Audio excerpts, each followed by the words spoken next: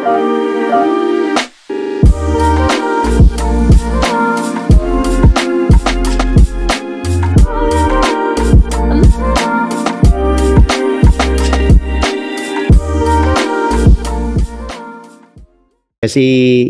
yang berbahagia, alhamdulillah pada kesempatan pada pagi hari ini kita masih diberi kesempatan untuk bersua kembali pada acara rutin kita Tech Talk. Eh, Pada kesempatan kali ini saya diberikan amanah untuk menyampaikan atau mengisi Tech Talk dari bidang baru yang saya perankan di sini, jadi sebagai bidang AMP karena terakhir saya mengisi dulu waktu masih di IT support. Jadi ini pertama kali saya di AMP dan diberi kesempatan untuk memberikan materi terkait TikTok pada kesempatan pagi hari ini. Eh, Baik, sebentar, saya share screen dulu.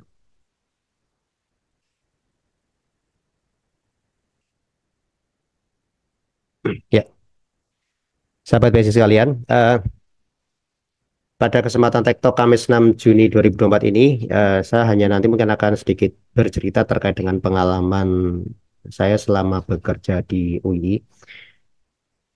Jadi mungkin ada beberapa sahabat-sahabat BSI yang mungkin belum kenal saya ya, karena saya kalau di kantor biasanya memang hanya ngumpet di ruangan, mungkin jarang jarang jalan-jalan. Kalau dulu waktu masih di IT Sport mungkin sering jalan-jalan. Mungkin untuk teman-teman baru yang bergabung di BSI, ya di kurun waktu awal-awal 2024 mungkin ada beberapa yang belum kenal saya. Ya perkenalkan, nama saya Endro Mustafa. Saat ini saya diberi amanah untuk menggawangi di bidang administrasi dan manajemen proyek sejak bulan September 2023. Saya bergabung di BSI ya belum lama sih ya, baru sejak April 2000 maaf, September 2009 ya. Jadi saya bergabung di BSI itu sejak September 2029 ya. Mungkin kalau sahabat BSI ketahui, saat itu BSI kondisinya tidak seperti sekarang ya, masih masih secara personel masih minimalis, jadi kurang lebih waktu hanya ada sekitar 16 orang. Dan senior BSI yang sampai sekarang saat saya masuk masih bertahan ada Pak Sol dan Mas Andi. Mungkin sahabat BSI semuanya kenal dengan beliau ya. Jadi Mas Andi dan Pak Sol ini termasuk senior di Badan Sistem Informasi. Nah, saat saya bergabung itu saya masuk di IT support ya. Di sana secara umum kalau melihat posisi IT support saat itu ya sebagai sebagai bidang yang memberikan layanan ya, layanan secara umum untuk handling komplain terkait dengan layanan-layanan sistem yang saat itu memang layanan sistem di UI belum begitu secara varian aplikasi layanannya belum sebanyak sekarang ya. Jadi kalau kalau dulu itu mungkin secara bidang kerja di BSI itu hanya ada tiga bidang waktu itu, ada bidang pengembangan, bidang jaringan, dan bidang database. Nah, kemudian secara aplikasi-aplikasi yang menjadi core layanan di UI atau BSI saat itu ya juga belum begitu banyak ya. Eh, Mungkin waktu itu yang masih mungkin mahasiswa-mahasiswa angkatan lama atau mungkin yang pernah kuliah di UI di era ya awal-awal tahun 2000-an mungkin mengenal namanya sistem Unisys ya. Unisys itu adalah sistem layanan akademik yang itu menjadi core layanan yang saat itu eh, di digawangi oleh BSI untuk mengelola sistemnya. Nah, selain Unisys ada mungkin nanti aplikasi-aplikasi lain ya. Kalau kalau untuk website misalkan saat itu layanan website, kalau sekarang kan menggunakan eh, WordPress ya sebagai frameworknya. Nah, mungkin kalau saat itu kalau mungkin teman-teman pernah belajar ada namanya awalnya dulu masih pakai ASP ya, dikembangkan menggunakan ASP, kemudian ada transformasi peralihan, kemudian beralih menggunakan Joomla. Joomla awalnya waktu yang digunakan masih versi 1.0. Nah, terkait dengan website itu yang dengan Joomla, kebetulan dulu waktu saya di IT support awal-awal di awal tahun 2009 juga pernah diamanai untuk mengelola sebagai posisi webmaster. Jadi waktu itu pengelolaan website memang secara umum masih terpusat di BSI. Kalaupun ada kalaupun ada staf di tingkat unit atau tingkat fakultas atau mungkin prodi yang mengelola website, saat itu kebanyakan perannya hanya sebagai content manager. Artinya mereka hanya bertugas mengelola konten saja. Jadi tidak masuk terkait dengan maintenance sistemnya dan lain sebagainya. Sehingga jika saat itu ada kendala terkait dengan sistem atau terkendala dengan website, ya larinya ke BSI ya. Yang kebetulan waktu itu juga secara personel belum begitu banyak. Nah, selain website, kemudian tadi ada Unisys, sistem-sistem lain di UI mungkin bagi sahabat BSI yang belum tahu ya, dulu kita juga ada layanan-layanan aplikasi-aplikasi yang bentuknya apa namanya untuk mendukung proses bisnis, baik itu untuk keuangan atau mungkin nanti untuk SDM dan lain sebagainya. Dan aplikasi-aplikasi yang bertugas untuk apa namanya membantu proses bisnis tersebut kebanyakan masih berupa aplikasi-aplikasi yang desktop ya. Jadi belum berbentuk web based. Nah, aplikasi-aplikasi desktop tersebut zaman waktu itu dikembangkan menggunakan kebanyakan menggunakan Delphi ya. Eh, jadi contohnya misalkan kalau di sistem keuangan ada SIM keubang ya, kemudian nanti untuk apa namanya untuk pendukung proses akademik ada WSIMA ya, ada ADM SIMA ya. Itu adalah contoh aplikasi-aplikasi desktop yang saat itu di era tahun 2000-an ke ya sampai 2009 ya. Itu masih digunakan. Jadi waktu saya masuk di BSI masih digunakan dan itu menjadi sistem-sistem yang dikelola oleh BSI untuk mendukung proses bisnis yang berjalan di UI.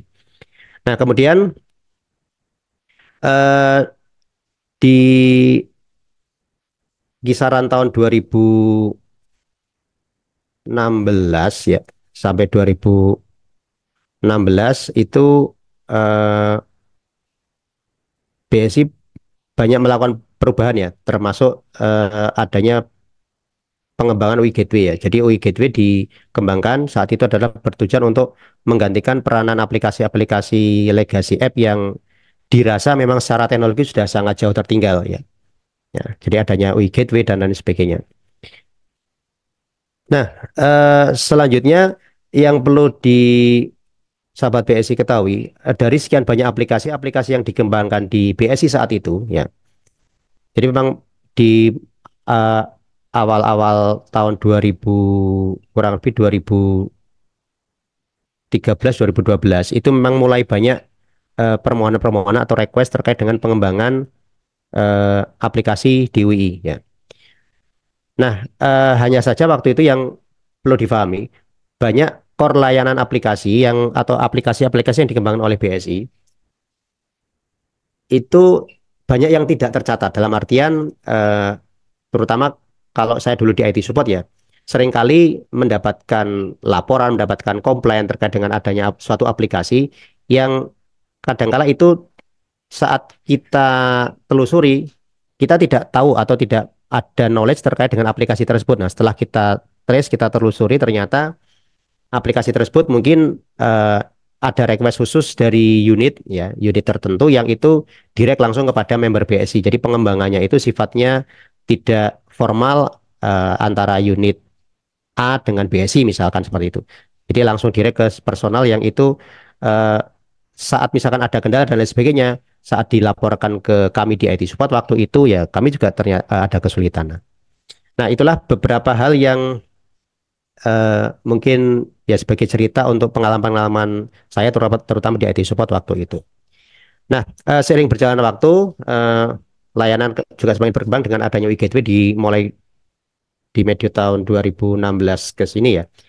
Eh, Mulai banyak berkembang juga untuk website sudah ada perubahan ya. Kalau dulu menggunakan Joomla lalu beralih ke WordPress. Nah, dan juga untuk pengelolaan website peranan apa namanya peranan pengelola yang di tiap unit yang dulu hanya sebagai konten manager. Nah, sekarang sudah mulai dinaikkan peranannya sebagai mereka juga sebagai orang yang bertugas untuk mengelola sistemnya. Dalam artian jika misalkan ada update sistem dan lain sebagainya atau update template, update tema atau ada plugin dan yang perlu di update, mereka juga harus punya tanggung jawab untuk mengelola sampai ke level itu.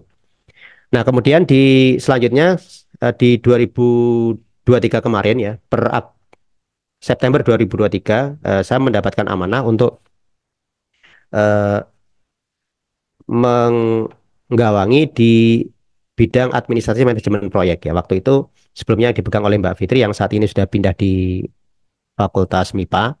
Nah, saya menggantikan Mbak Fitri di eh, bulan September 2023. Jadi belum ada 1 tahun kalau saya jadi AMP. Nah,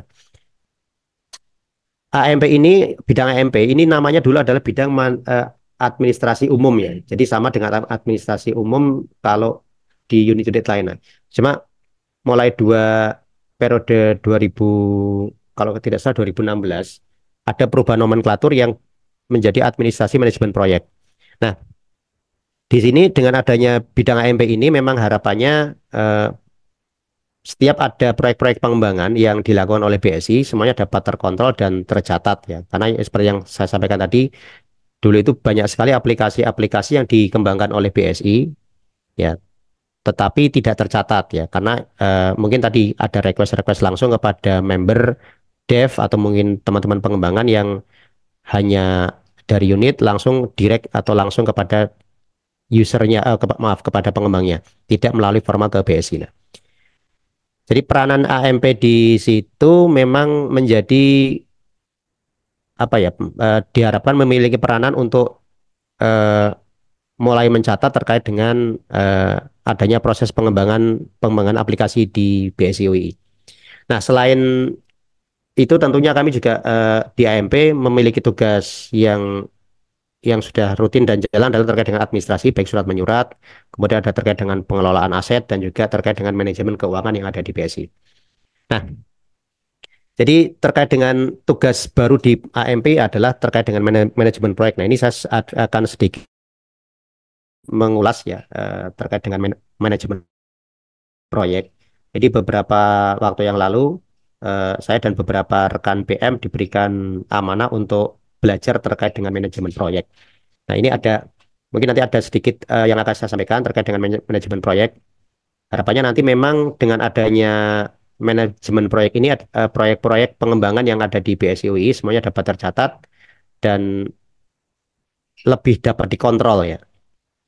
Oke, baik. Jadi selanjutnya terkait dengan manajemen proyek atau project management, eh mungkin langsung saja.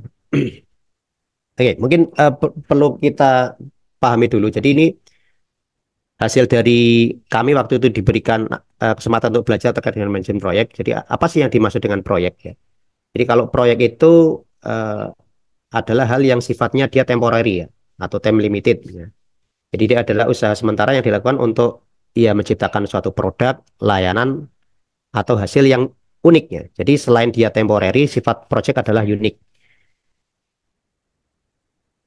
Nah, proyek dilakukan ya tujuannya adalah untuk memenuhi tujuan dengan menghasilkan suatu hasil akhir ya. Jadi adanya proyek mestinya memang kalau dia di goal apa namanya dijalankan ya tentunya dia ada tujuan akhirnya. Nah, eh, hasil akhir suatu proyek ya ini didefinisikan bisa sebagai produk ya atau hasil ya. Kalau mungkin kalau di BSI kalau kita ambil contoh ya tentunya kalau proyeknya adalah proyek pengembangan ya hasil akhirnya tentunya adalah wujudnya sebuah aplikasi ya. Nah, aplikasi ini nanti bisa juga tidak berarti harus suatu aplikasi yang sifatnya global atau besar, bisa juga mungkin nanti dia pengembangan yang sifatnya parsial dalam artian mungkin ada aplikasi yang sudah existing tetapi dia mungkin nanti ada pengembangan menambah fitur atau mungkin atau menambah fungsi-fungsi yang itu sifatnya adalah menambah. Nah, jadi secara umum dikatakan proyek yaitu tadi adalah temporer ya Karena kenapa kok temporary ya? Karena dia memang harus ada batasan waktu ya. Jadi tidak boleh atau suatu proyek kok dia jalan terus tanpa ada batasan. Kemudian dia juga unik. Yang ketiga, dia adalah deferred change. Artinya eh, adanya proyek ini diharapannya adalah adanya perubahan ke hal yang lebih baik ya. Dalam artian kalau dia proyek pengembangan aplikasi yang tadinya mungkin fiturnya tadi hanya A, mungkin kalau adanya penambahan proyek baru ya tentunya mungkin nanti ada tambah proyek A, B, C dan seterusnya. Jadi ada fitur-fitur tambahan yang sifatnya adalah menjadi lebih baik daripada sebelumnya. Nah ini siklus sebuah proyek ya. Jadi mulai dari diawali ya, mengorganisasi atau mempersiapkan, dimelaksanakan dan sampai menutup proyek. Nah ini eh, beberapa hal yang terkait dengan life cycle atau siklus sebuah proyek. Selanjutnya, sebuah proyek tentunya memiliki stakeholder ya. Stakeholder di sini ada beberapa stakeholder. Pertama ada sponsor, ya, ada resource manager, project management office atau PMO. Kemudian ada portfolio steering committee ya. Nah, kemudian ada manajer program, manajer proyek, dan anggota tim. Ini termasuk dari stakeholder dalam sebuah proyek. Itu tadi yang kita kemudian eksternal, ada pelanggan ya, customer, kemudian ada pengguna, ada pemasok ya, termasuk pemegang saham. Ini masuk kategori stakeholder eksternal dalam sebuah pengembangan proyek. Ada badan pengatur dan juga para pesaing ya. Jadi pesaing ini juga termasuk stakeholder ya. Dalam artian karena dia nanti mungkin akan sebagai ukuran kalau misalkan dalam pengembangan proyek, misalkan ada pengembangan aplikasi, bagaimana sih kita mengembangkan aplikasi biar tidak sama dengan kompetitornya. Ya, makanya si kompetitor ini bisa dianggap sebagai sebuah stakeholder. Selanjutnya,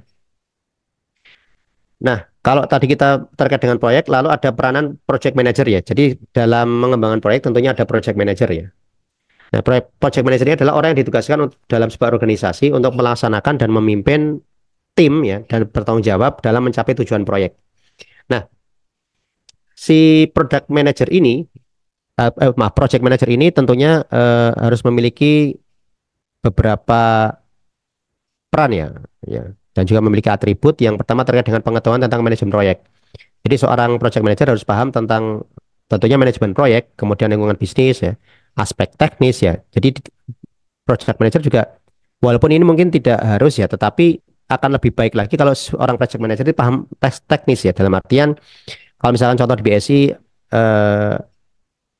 seorang project manager pengembangan aplikasi ya tentunya paling tidak dia paham ya dari sisi teknis dari aplikasi yang dikembangkan ya. Entah mungkin nanti dari framework yang digunakan, kemudian dari struktur datanya dan sebagainya itu tentunya seorang project manager harus paham terkait terkait dengan teknis-teknis tersebut. Kemudian yang kedua adalah seorang project manager harus punya keterampilan untuk memimpin ya, untuk memimpin tim ya, secara efektif ya. Ini sangat penting sekali karena tentunya dalam pengembangan aplikasi atau mungkin nanti dalam pengembangan proyek, kalau misalkan seorang project manager tidak memiliki kemampuan untuk memimpin tim ya tentunya akan repot ya.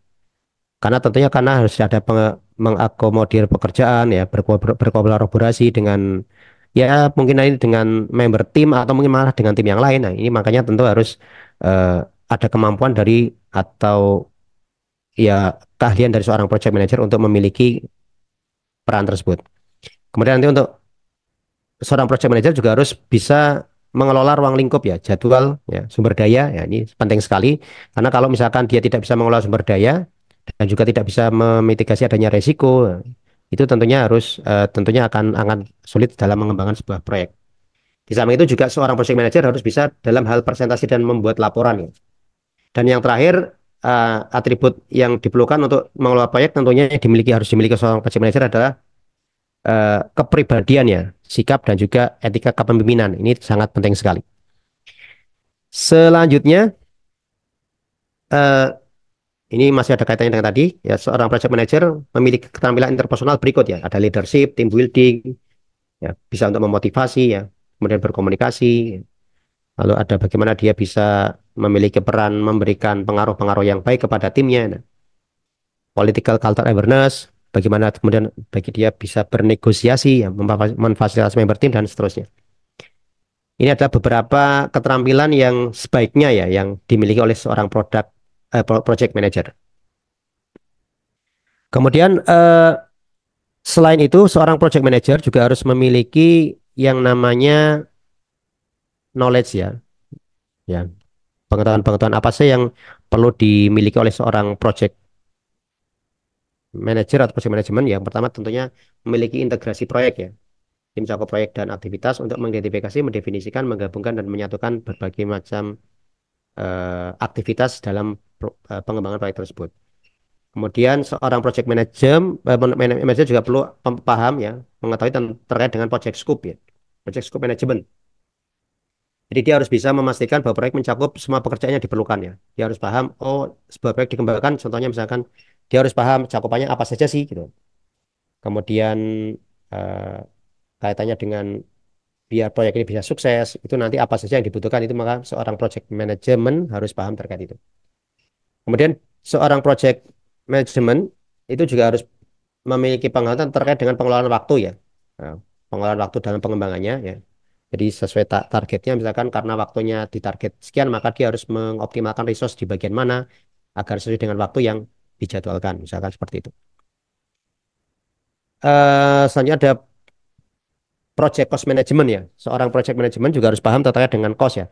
Mungkin kalau kaitannya dengan pengembangan di BSI ini tidak ada hubungannya kalau ini ya karena memang pengembangan di BSI kita tidak ada kaitannya dengan pembiayaan ya. Lalu ya selanjutnya ada quality management. Jadi seorang project management juga harus bisa mengukur kualitas hasil proyeknya ya. Setelah nanti direncanakan, kemudian nanti dikelola, itu nanti hasilnya seperti apa sih? Apakah sudah memenuhi harapan atau belum dari para stakeholder atau pemangku kepentingan? Yang selanjutnya, seorang project management juga harus bisa mengelola resource ya, resource yang digunakan dalam mengembangkan sebuah project ya. Ya, kemudian yang selanjutnya harus kaitannya dengan komunikasi ya. Bagaimana mengkomunikasikan sebuah proyek ya, misalkan dalam mengcapture kebutuhan dari stakeholder, kemudian nanti dari menyampaikan jika misalkan ada kendala-kendala dalam proses pengembangannya itu nanti juga seorang project management atau project manager nanti harus bisa menyampaikan dengan baik kepada stakeholdernya. Lalu memitigasi resiko ya, memitigasi resiko, misalkan ada resiko, menganalisa adanya resiko dan seterusnya. Lalu ada procurement management, ini tentunya kalau misalkan ada kebutuhan-kebutuhan dalam pengembangan, oh perlu ada alat ini misalkan, atau mungkin perlu ada tambahan apa misalkan tambahan dukungan teknis dan sebagainya, maka ini peran project management juga harus paham terkait dengan hal procurement management.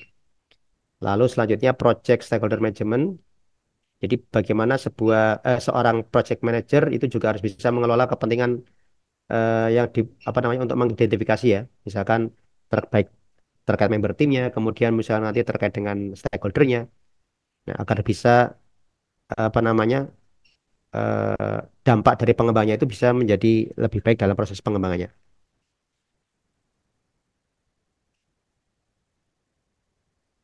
Lalu ada project management process group ya. Ini eh, jadi dalam project management itu ada beberapa pengelompokan ya. Ada pengelompokan terkait dengan proses manajemen proyek ya. Yang pertama dari nanti pada proses inisiasi. Jadi proses inisiasi ini adalah proses yang dilakukan untuk menentukan proyek ya baru ya. Yang misalkan dalam prosesnya itu nanti untuk memperoleh otorisasi atau persetujuan untuk memulai kapan sebuah proyek itu dilakukan. Yang selanjutnya adalah planning ya, planning proses group. Proses ini nanti diperlukan untuk menetapkan cakupan proyek ya. Jadi dalam planning ini nanti cakupan-cakupan proyek itu nanti akan dikumpulkan ya atau didata. Jadi untuk penyempurnaan tujuan ya menentukan tindakan yang diperlukan nanti apa-apa saja yang dalam hal pengembangan nanti dibutuhkan. Nah, ini nanti dilakukan dalam namanya proses planning. Selanjutnya ada proses eksekusi ya. Jadi proses eksekusi ini dilakukan untuk menyelesaikan pekerjaan ya yang ditentukan dalam rencana manajemen proyek. Selanjutnya ada monitoring ya. Ada monitoring, pemantauan dan pengembangan sebuah proyek. Kan nanti ada proses namanya pemantauan dan pengendalian. Yang mana proses ini nanti diperlukan misalkan untuk melacak atau mungkin meninjau ya dan mengatur ya misalkan kinerja sebuah proyek apakah proyeknya ini berjalan dengan baik atau tidak. Nah, juga nanti untuk mengidentifikasi area mana yang misalkan memerlukan perubahan, misalkan dalam proses pengembangannya, oh ternyata dilihat ada bagian-bagian yang ternyata perlu ada perubahan dari spek awal yang sudah disepakati. Nah, itu nanti dia masuk dalam proses pemantauan dan pengendalian ini. Lalu ada proses yang terakhir adalah proses penutupannya. Sebuah proyek tentunya kalau misalkan dia sudah memenuhi target, sudah selesai secara timingnya, secara waktunya, maka nanti sebuah proyek bisa ditutup atau di apa secara formal nanti bisa dianggap selesai.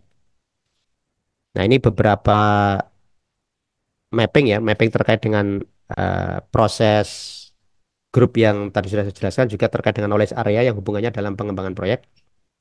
Oh ya, bagi teman-teman mungkin nanti yang tertarik belajar dengan manajemen proyek ya, mungkin nanti bisa ini ya, mungkin nanti bisa membuka banyak sekali beberapa eh, ada namanya referensi bukunya namanya PM Book ya. Yang terakhir sudah sampai versi yang ketujuh, mungkin nanti bisa teman-teman cari di internet ya. Ini lumayan banyak halamannya, ada sekitar 500-an halaman yang mungkin nanti bisa teman-teman baca kalau misalkan tertarik dalam proses pengembangan atau manajemen proyek ini. Nah, ini beberapa dokumen ya. Jadi dalam proses pengembangan proyek itu dari kemarin waktu kami diberikan kesempatan belajar terkait manajemen proyek, itu banyak dokumen-dokumen yang harus disiapkan ya sebenarnya kalau terkait dengan manajemen proyek. Misalnya dari awal ada misalkan pendataan atribut, kemudian daftar aktivitas ya, daftar-daftar kebutuhan dalam pengembangan proyek, bahkan nanti dalam proses proyek sudah berjalan, misalkan ada perubahan itu nanti udah ada change log, ada mungkin nanti ada change dokumen ya. Itu nanti semuanya bisa diwujudkan dalam sebuah dokumen ya. Sampai nanti pada akhirnya saat sebuah proyek dinyatakan selesai itu juga nanti ada dokumen penutupan ya, atau misalkan dokumen sebuah proyek sudah disepakati selesai antara pengembang dan juga stakeholdernya, maka nanti ada dokumen yang dalam hal ditandatangani oleh dua belah pihak yang menyatakan bahwasanya sebuah proyek dianggap selesai. Nah, dari proses pengembangan, maaf, dari proses pembelajaran terkait manajemen proyek yang sudah dilakukan selama ini, apa sih yang sudah diterapkan di BSI terkait dengan manajemen proyek? Nah, jadi dari beberapa hal yang sudah kami pelajari di terkait dengan manajemen proyek beberapa waktu yang lalu, para PM ya, terutama ini PM PM Dev dan juga dari PMO, itu kemarin sudah menyepakati yang pertama adanya dokumen project charter ya. Jadi project charter ini dokumen yang secara formal mengesahkan ya keberadaan suatu proyek dan memberikan kewenangan kepada manajer proyek ya untuk menerapkan atau untuk mengelola sumber daya dan juga untuk memulai proyeknya. Jadi di sana ini contoh dokumen yang sudah kita buat ya, sudah ada di BSI terkait dengan project charter. Jadi di situ nanti ada misalkan informasi terkait jenis proyeknya, kemudian statusnya bagaimana, kemudian nanti apa namanya deskripsi deskripsinya ya, misalkan kemudian timing waktunya, ya, termasuk nanti sumber dayanya, member-member yang bertugas dalam mengembangkan siapa saja, sampai nanti ada otorisasi dari para pemangku kepentingan yang terkait dalam pengembangan proyek ini. Jadi misalkan kalau di BSI ya ada mungkin dari Pak PMO ya, dari Mas Ani, kemudian nanti ada dari kepala bidang pengembangan. Nah, mungkin nanti kalau dari stakeholdernya atau dari product ownernya, mungkin nanti dari kepala unit atau mungkin dari staff unit yang memang diberikan tugas untuk mengawal adanya proses ini. Jadi semuanya nanti akan bertanda tangan di sini yang mana dengan adanya dokumen ini menjadi dasar sebuah proyek bisa dijalankan. Selanjutnya dokumen kedua yang sudah kita sepakati dan ada di BSI dalam proses manajemen proyek yaitu change request. Dokumen ini mencatat adanya perubahan-perubahan ya. Karena tentunya sebuah proyek kadang-kala di tengah jalan walaupun di awal sudah disepakati ternyata ada perubahan ya. Entah nanti ada dari sisi fitur ya atau mungkin nanti ada perubahan permohonan perubahan dari pemilik ya, pemilik aplikasi atau produk produk ownernya. Misalkan yang kemarin disepakati aplikasinya hanya A, B, C, oh ternyata ada kebutuhan aplikasi atau fitur D misalkan.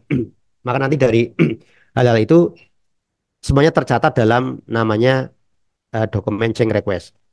Dan selanjutnya atau yang terakhir dalam proses manajemen proyek yang sudah berhasil dijalankan oleh BSI, yaitu terkait dengan project closure. Project closure ini adalah dokumen yang mencatat penutupan proyek ya.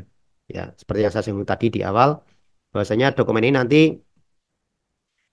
setelah adanya kesepakatan antara product owner dan juga project manager, maka nanti misalkan karena semua pengembangannya prosesnya sudah selesai, di testing sudah selesai, kemudian nanti secara hasil uji coba juga sudah diterima oleh product owner atau mungkin nanti sudah malah mungkin sudah memberikan kemanfaatan kepada stakeholder, nah maka nanti sebab proyek dianggap selesai dengan adanya penandatanganan pada dokumen yang namanya project closure.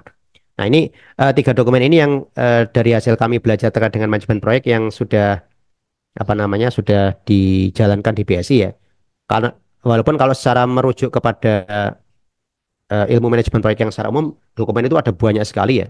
Tapi kami kemarin ya di tahap awal ini kami mencoba mencatat apa namanya paling tidak ada project charter, kemudian ada change request dan project closure ini adalah minimal untuk bisa memetakan dan juga mencatat pengembangan-pengembangan aplikasi apa saja BSI yang selama ini dikembangkan di fase waktu tertentunya. Karena ya seperti yang saya singgung di awal tadi, BSI dulu seringkali banyak mengembangkan aplikasi tapi tidak tercatat ya. Dalam artian ya saat ada komplain terkait aplikasi A ternyata bagian IT support tidak tahu oh ada aplikasi A atau ternyata. Nah, ini karena dalam proses pengembangannya tidak tercatat dan itu mungkin hanya dilakukan di balik meja dalam artian antara stakeholder langsung kepada tim dev-nya. Nah, ini kami berusaha untuk mengurangi ya hal-hal tersebut sehingga harapan kami nanti memang ke depan semua proyek pengembangan yang ada di BSI semuanya dapat tercatat dengan baik dan tentunya nanti saat dibutuhkan adanya laporan dan lain sebagainya mungkin nanti kami bisa menyajikan informasi secara lebih baik pula.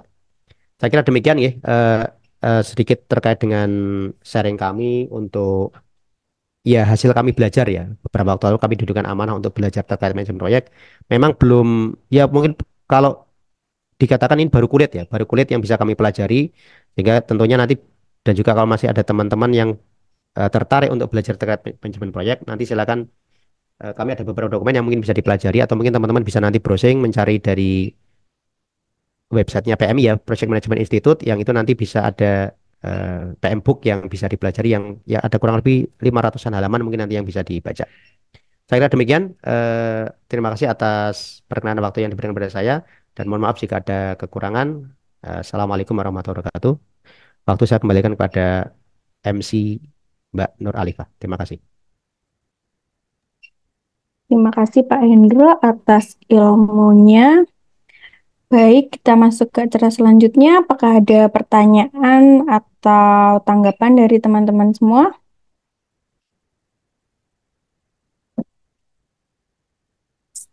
Dari saya Mas Indro. Monggo, Pak. Oke, Iya, Pak. karena tadi kan Mas Indro sempat menyebut ya, zaman dulu BSI itu rekornya minimalis dan kemudian sekarang kita mulai tertata. Karena Mas Indro cukup senior di BSI, mungkin Mas Indro bisa share uh, dampak terbesar gitu ya, dampak terbesar selain tentu saja keterkelolaan itu ya, keterkelolaan sebuah proyek. Dampak terbesar setelah PM konsep project management ini diintroduksi terhadap BSI secara organisasi sendiri bagaimana? Maksud saya gini, di sini kan banyak juga teman-teman dari Kadif TI gitu ya, yang saya yakin juga banyak sekali hal-hal yang dilakukan di masing-masing fakultas. Nah, apakah kemudian mereka juga sudah mengimplementasikan proyek manajemen seperti ini kan, mungkin nanti teman-teman Kadif TI juga bisa share bagaimana gitu ya. Posisinya adalah seberapa urgentkah nanti kesimpulannya ya seberapa urgentkah kemudian sebuah project management itu bagi sebuah organisasi wabil khusus untuk seperti kayak BSI ini itu Mas membandingkan dengan yang long long time ago. Baik, terima kasih Pak Anti atas pertanyaannya. Eh ya, kalau dari pengalaman yang pernah ya saya alami selama di BSI memang kalau dibandingkan dengan dulu belum adanya pengelolaan proyek ya tentunya eh, ya seperti yang sudah saya singgung di awal tadi banyak sekali aplikasi-aplikasi yang dideliver kepada stakeholder itu yang tidak tercatat ya. Nah, dengan adanya project management ini tentunya nanti harapannya sih saat misalkan diperlukan adanya pendataan, kemudian saat diperlukan adanya laporan, kita bisa menyajikan laporan itu dengan lebih cepat dan lebih baik. Nah, kaitannya nanti mungkin dengan rekan-rekan di divisi TI di fakultas. Nah, ini juga mungkin nanti juga perlu ada knowledge terkait project management ini karena memang faktanya banyak sekali aplikasi-aplikasi yang dikembangkan di tingkat unit atau mungkin tingkat fakultas yang itu seringkali juga eh, tidak tercatat dalam artian saat misalkan baik misalkan ada kendala ya, ada kendala teknis, itu seringkali contoh misalkan larinya ke BSI padahal misalkan itu aplikasi yang dikembangkan oleh unitnya. Ini juga baru kejadian kemarin ada seorang profesor di fakultas sebelah menanyakan aplikasi ke BSI ya. Kemudian kebetulan ke saya tanyanya.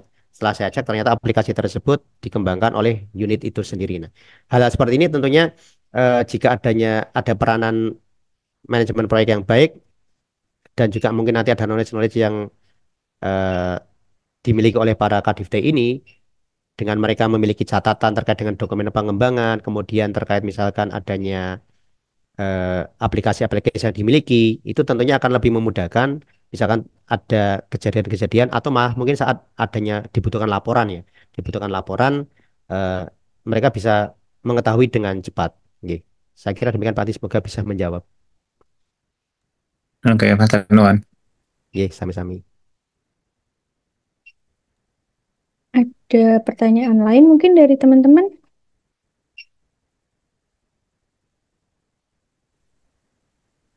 Oke, mungkin dari saya Mbak Ita. Oh, nggih, monggo Bu Ibu.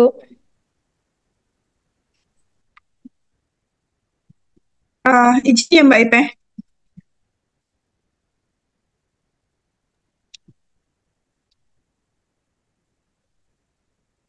Oke, teman-teman semuanya, jadi terkait dengan apa yang disampaikan oleh Mas Endro pada pagi hari ini terkait dengan manajemen project.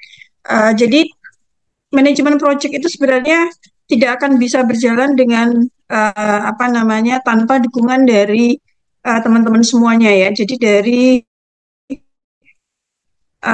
level kemudian hanya PM ataupun hanya Kadif ya, tapi artinya ini adalah perlu dukungan dari teman-teman semuanya dari semua level gitu. Nah, termasuk tadi apa yang disampaikan oleh di materinya Mas Endro gitu. Saya kira materinya sudah mengulas cukup komprehensif ya kan dengan materi yang pernah disampaikan oleh Mas Sigit terkait dengan implementasi dari talent pool gitu ya.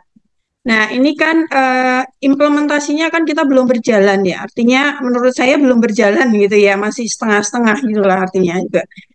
Komitmennya itu saya melihat belum sepenuhnya itu ada gitu ya. Nah, artinya gini, artinya ketika kemudian apa namanya perubahan itu harus terjadi, itu memang tidak mudah gitu.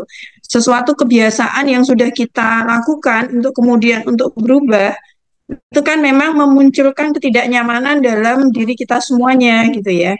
Nah, saya berharap ketika kemudian uh, kita sepakat kemudian untuk melaksanakan manajemen project ini, kemudian kita kaitkan bagaimana memanage ya sumber daya atau talent yang ada di dalam BSI, maka harapannya itu ada komitmen dari teman-teman semuanya gitu. Ya, ketika kemudian harus beradaptasi dengan tim member yang baru, itu ya mau tidak mau ya konsekuensinya ya harus kita lakukan gitu. Toh semuanya ini adalah kita itu kan satu keluarga gitu ya. Saya melihatnya BSI itu satu rumah gitu. Jadi kita itu satu keluarga. Nah, harapannya itu kemudian ketika misalnya kemudian proyek itu sudah dianggap pekerjaan itu sudah selesai, teman-teman harus berpindah, ya saya harapannya teman-teman itu welcome untuk apa namanya proyek yang baru seperti itu. Sehingga apa yang apa namanya yang disampaikan oleh Mas Endro pada pagi hari ini gitu kan ya, itu bisa kita implementasikan gitu. Kan sayang kalau misalnya Mas Endro udah belajar, kemudian teman-teman PM juga sudah belajar, tapi kemudian tidak kita implementasikan gitu. ya kita sudah punya project charter dan lain-lain, tapi kemudian tidak kita implementasikan karena ada ketidaknyamanan gitu. Ya, saya kira itu yang kemudian saya kira PR untuk kita semuanya, bagaimana kemudian kita berkomitmen untuk kemudian sama-sama untuk bisa mengarah ke arah yang lebih baik seperti itu. Artinya bukan hanya untuk BSI saja, seperti yang disampaikan tadi oleh Mas Endro ya, bahwa manajemen project yang sukses ini dampaknya ke siapa, tapi tentu saja nanti kesuksesan yang atau hal baik yang bisa kita munculkan di BSI itu nanti dampaknya juga ke eksternal. Saya kira itu apa namanya yang perlu saya sampaikan. Saya mohon izin karena jam 9 saya harus menguji. Monggo, terima kasih teman-teman semuanya. Assalamualaikum warahmatullahi wabarakatuh. Terima kasih Mbak Ipe. Waalaikumsalam, Bu. Ada pertanyaan dari Mbak Uvi. Tanya Mas, menurut Mas Endro, fasilitas apa saja yang harusnya disediakan oleh PM terhadap member timnya untuk mendukung keberhasilan pengembangan sebuah proyek? Monggo, Kak. Baik, terima kasih Mbak Uvi atas pertanyaannya. Kalau secara sejauh yang saya tahu sih memang kalau kaitannya dengan fasilitas ya, fasilitas yang disediakan PM ya, PM untuk member tim. Kalau fasilitas ini ya tentunya nanti kembali ke kebijakan ya. Dalam artian kalau PM sini kan berarti tim leadnya. Ya contoh misalkan Mbak Uvi, fasilitas apa sih yang mau Mbak Uvi berikan kepada member timnya gitu kan. Ya kalau secara dari sejauh yang saya pelajari memang tidak ada ketentuan khusus ya. Ini kembali kepada kebijakan. Misalkan Mbak Uvi misalkan mau memberikan apa sih ke tim. Tapi kalau dari sisi organisasi, contohnya BSI misalkan, ya tentunya kalau fasilitas yang diberikan kan pertama alat kerja ya. Tentunya teman-teman BSI, member BSI kalau misalkan dia bergabung ke BSI kita berikan minimal ya ada alat kerja ya. Karena ini memang sebagai alat utama yang dia akan mendukung pekerjaannya. Nah, kemudian kalau terkait itu ya yang utama dan yang lain ya, nanti sifatnya tentunya adalah kebijakan dalam artian kalau misalkan nanti ada fasilitas lain yaitu sifatnya nanti bagaimana sebuah institusi atau unit bisa memberikan fasilitas tersebut. Tapi sekali lagi kembali ke awal adalah ini tidak ada peraturan khusus ya. Dan ini kembali kepada kebijakan. Dan minimal ya kalau tadi alat kerja utama kalau misalkan teman-teman dev ya tentunya laptop dan lain sebagainya itu yang sudah dan itu sudah kita fasilitasi. Saya kira demikian Mbak Ovi ya.